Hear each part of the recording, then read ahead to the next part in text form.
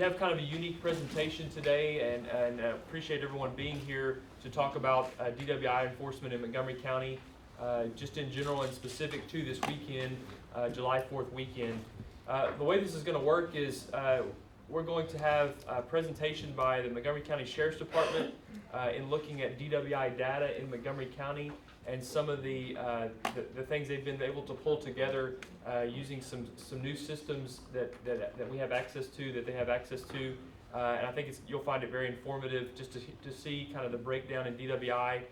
We have a number of agencies here from throughout the county who are going to be able to use this data in their enforcement of DWI laws this weekend and throughout the summer and frankly year-round. After we have the presentation from Deputy Dave Borchardt, you'll hear from the Montgomery County Sheriff Henderson. You'll also hear from Precinct 3 Constable Ryan Gable about his efforts down in South County. You'll hear from DPS Trooper Eric Burst, Sergeant Eric Burst. And then you'll hear from Precinct 1 Constable Lieutenant Tim Cade and Captain Johnny Heaton with Texas Parks and Wildlife about some of the enforcement that we'll be doing on Lake Conroe. So with that, I'll turn it over to Dave Borchardt. Thanks, sir. Our new technology is our jail system. There's one jail in the county, and so if you're arrested in the county, you come to our jail, so we are able to cull that booking data.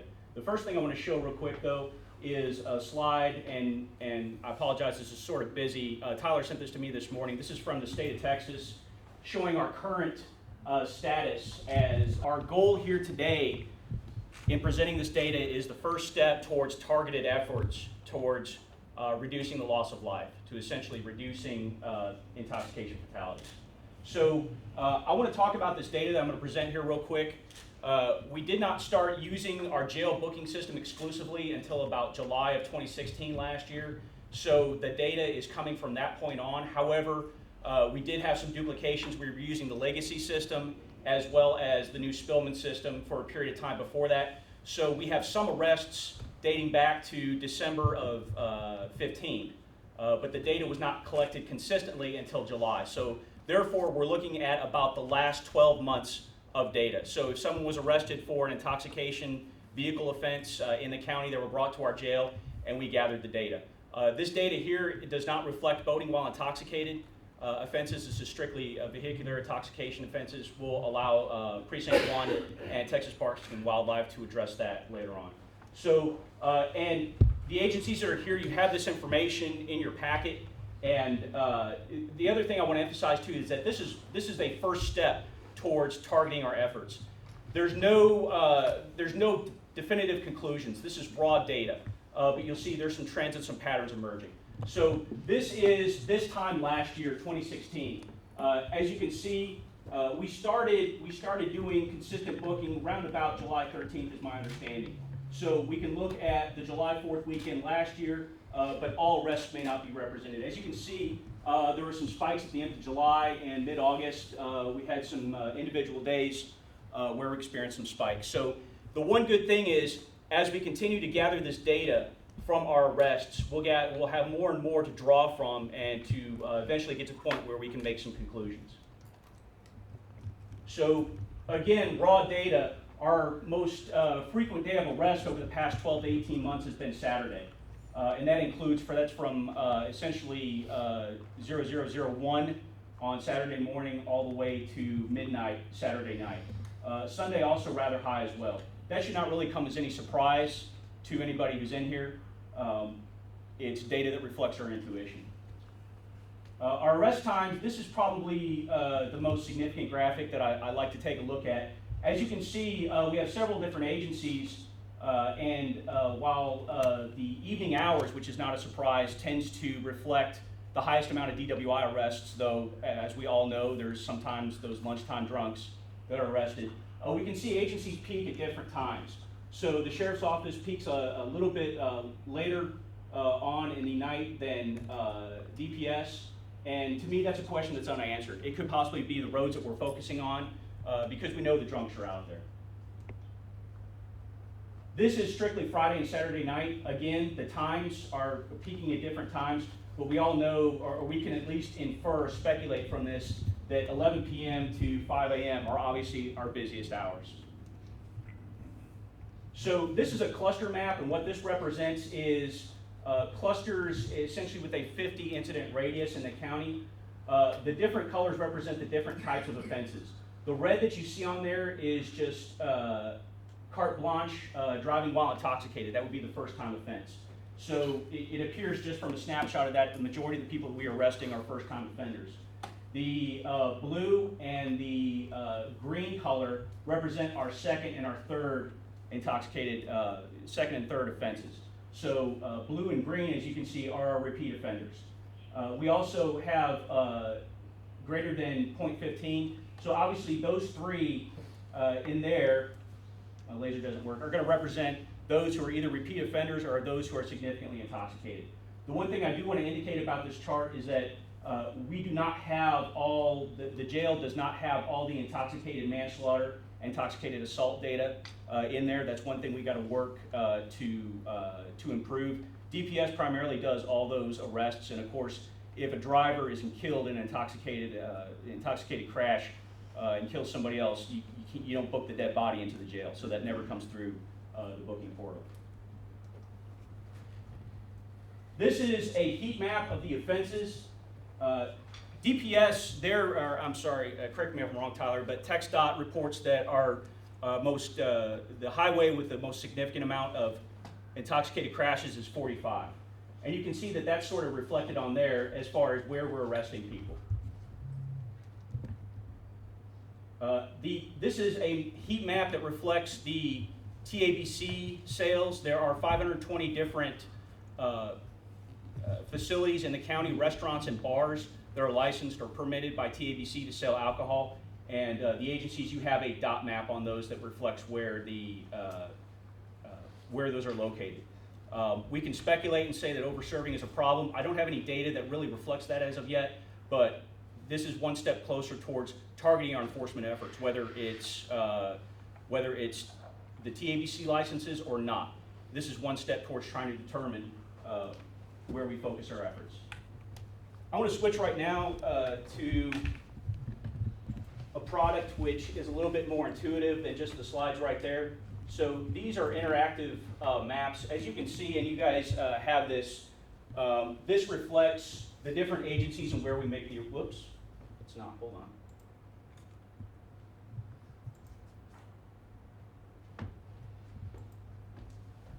There we go. So this reflects where the different agencies are making arrests. Obviously, the green dots would be somebody like CONROE PD. They are within their city. The red dots are DPS.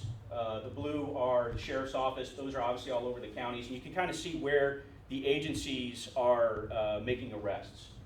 I want to zoom in. First start with the city of Conroe. The diamonds are going to be your TABC licensed locations. Once again, no evidence that concludes that over-serving is truly part of the problem. But we can say in Conroe, feel free to, at any point, if I'm getting something wrong, please let me know, because obviously this is data. I need your information where you work to get us to an analysis at some point. But it looks like 75 Fraser and 105 West also appear to be particularly hot spots for DWI offenders. And if at any point anybody wants to zoom in, I do have that capability so we can bring it in closer.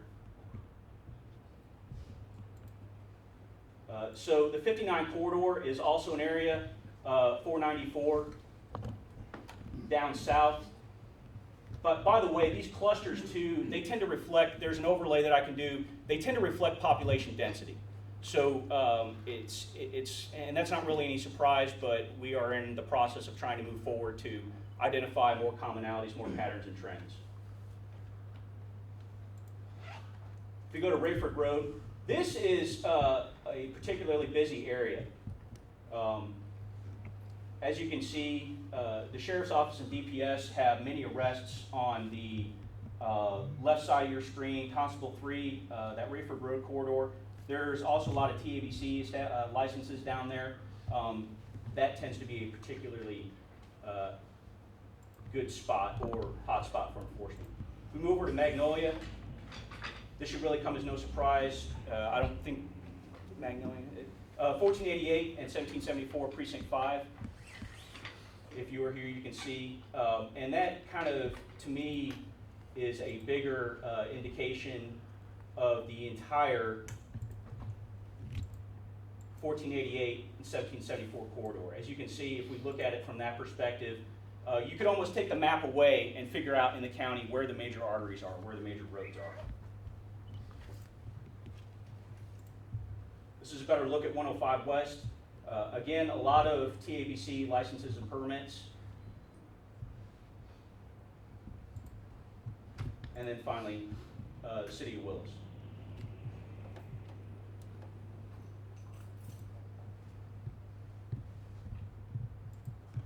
There are a few areas that are hot spots that I am able to, and I want to be extra careful when I say this. This is not, correlation does not equal causation, and I don't have any data that could even equal a correlation. But you have these in your packets. These are certain areas for hot spots. 3 or more arrests have occurred at these intersections of major arteries. So areas to target for enforcement, if I was wanting to focus on a spot, it would be 11 p.m. to 2 a.m. at Gladstone and 45, and then those two different time periods down at 1488 and 45. Again, many of them on 45. So the color scheme in here too indicates that if you got a red box on there, that indicates that there's a lot of activity at that certain point. Rayford and 45 and also the Sawdust side of the house, that is a particularly active area for making arrests between 12 a.m. and 1 a.m. and 2 a.m. and 4 a.m.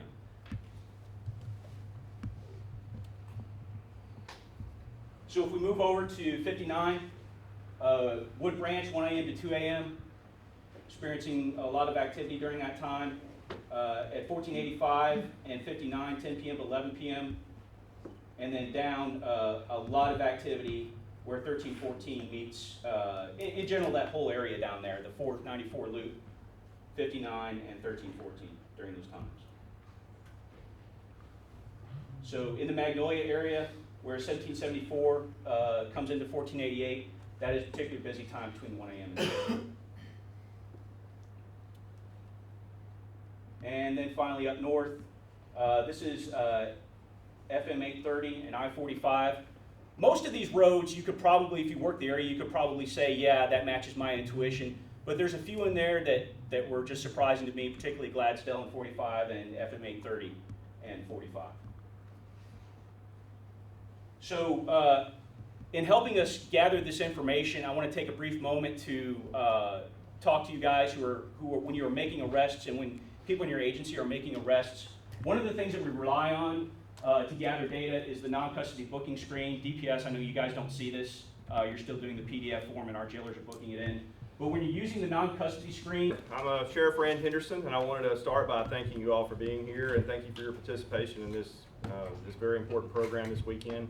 As you see, we're doing things a little differently, and part of that is because we have a new software system, and part of that was Constable Gable's leadership that helped get us here.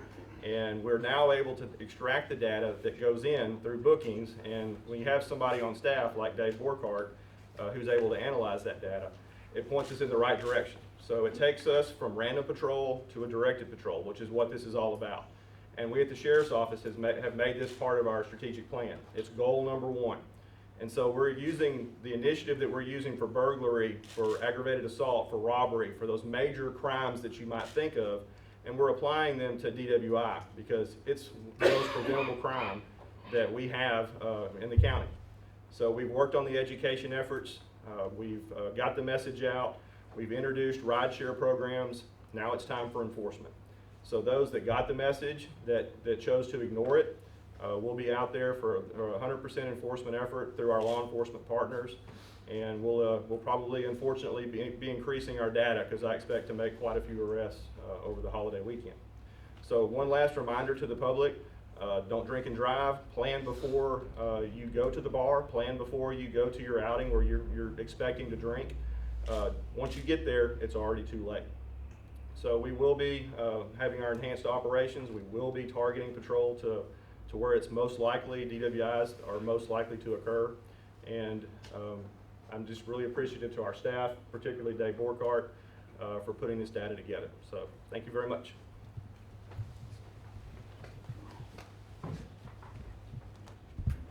I'd like to thank Sheriff Henderson. Thank you very much, Sheriff, for putting this together, and Tyler with the DA's office for organizing the press conference and allowing us all to be here and work together in such a priority for our county. The Constable's Precinct 3 office has increased our DWI enforcement over the last year, and it's in an effort to decrease the number of dangerous drivers on our roads. We've made it a top priority to reduce the number of fatality accidents on our roadways as well. I'd like to thank the media for allowing us to push out this very important information, this topic of DWIs on our roadways and such a dangerous crime, and something that is very impressive that all of these agencies in Montgomery County come together to work together to remove these drivers from our roadways. So thank you guys for that. As the sheriff mentioned, I'd also like to remind our citizens to pick a designated driver, call Uber, call local cab, plan before you go out and have fun. Do have fun over the 4th of July weekend. Know that we're going to be out in force working the streets to put these dangerous drivers away. And Sheriff, I'd like to say thank you for what a great presentation you guys put together. So David, what a great presentation. Good information to share with everybody, and just appreciate having the opportunity to be here. So Tyler, again, thank you. Can you state your name and your title, please? Yes, Constable Ryan Gable with the Montgomery County Constable's Office, Precinct 3. Sergeant Eric, E-R-I-K, Burse, B-U-R-S-E, Texas Department of Public Safety. I also want to shout out to the Sheriff and the Montgomery County DA's office on a great job putting this together. I think it shows everyone in the community how serious we are about a situation that needs to be dealt with accordingly. Our primary mission for the Texas Department of Public Safety is the safety and security of the citizens of the state of Texas, period. And we are concerned. The data that's put together, anytime we have a chance to help and help out another law enforcement agency or a team, we're gonna do that. We all know since 1939, the Texas Department of Public Safety has been out doing the same thing. During the holidays, we're gonna be out enforcing the traffic law. So we're gonna need you guys to make sure that you understand that it's not just a law enforcement type deal. It takes two. It takes the community and it takes the law enforcement together. Together we can do this, but we can't do it alone as a law enforcement agency. So thank you for this time. We appreciate it. Talk to you later. I'm Johnny Heaton with the Texas Parks and Wildlife Department. I'm Lieutenant Tim Cade with Precinct 1 Constable's Office, Montgomery County. And we'll be working on Lake Conroe this weekend, saturating patrols to make sure that everybody's safe when they boat. We want everybody to have a good time. We want them to do it in a safe manner and make sure that alcohol is not going to be a factor. 53% of all boating accidents are alcohol related. Alcohol is the leading factor in fatal boating accidents, and so we want to make sure that everybody has someone who's designated this weekend, and also we want to make sure that the passengers of the boat are not drinking too much as well, because that causes problems. They slip out of the boat, fall, things like that. I think if you pan the room, you can see that this is a team effort, as DPS just said. You know, you've got your who's who of law enforcement here in Montgomery County in this room right now. And with all of us working together, hopefully through this weekend, we can make it safe. The biggest thing about boating this weekend on Lake Conroe is to make sure that you have a boating captain, not just a designated driver. Make sure you have somebody that can take charge of the boat and keep everybody safe. Thank you. Reminder that this weekend, the Montgomery County District Attorney's Office, we will have our no refusal operations in effect. And what that means is that if someone is arrested for DWI or boating while intoxicated and they refuse to provide a sample of their breath, we will seek a search warrant in order to take a blood sample from them to use in the prosecution of their case. Our ability to enforce DWI is critical in no refusal and part of that process. We hope that people will plan ahead, as it's been stated by the sheriff and the constable and law enforcement here. We want to make sure that people, when they leave to go to a bar or a party or out on the lake, that they already have a plan. When you get to there and start drinking and having a good time, it's too late. Again, Uber has partnered with law enforcement in Montgomery County this summer and will be offering a promo code, which is MoCo Safe. MoCo Safe is the promo code. For first-time users, they can plug that in and get a discount in the use of Uber this weekend and throughout the summer. You have no excuse. The moment that you're arrested for DWI, you're looking to pay anywhere between $5, $10, $15, upwards of $20,000 to defend a DWI case in this state and in Montgomery County. Compare that to a $50 or even $100 Uber ride, and it makes absolute no sense to be driving a boat or a motor vehicle while you're intoxicated on drugs or alcohol. And let me mention this about drugs. We have many DWIs. In fact, almost half of our DWIs have the defendant suspect has some type of drug involved in their system, as well as alcohol or just in and of itself. All right, and that includes prescription medication. We recently tried a case in this county where an entire family was killed by someone who was on prescription medication. So it goes without saying that you must be safe when you take prescription medication. And of course, if you're taking illegal drugs such as marijuana, other things, along with alcohol, you can expect to meet one of these officers if you decide to drive. And that's what it comes down to in Montgomery County. We are committed to lowering our fatality rate in this county. As you can see, we're going to use advanced tactics in doing so, and we hope that everyone ultimately makes a safe decision this weekend throughout this summer. So with that, what I'd like to do is have one or two folks from each agency come up and stand here with us for a photo opportunity for the media as well as our office. So if y'all do that at this time, and then we'll take any questions from the media that we might have. Can you state your name, please? Executor at the Montgomery County District Attorney's Office.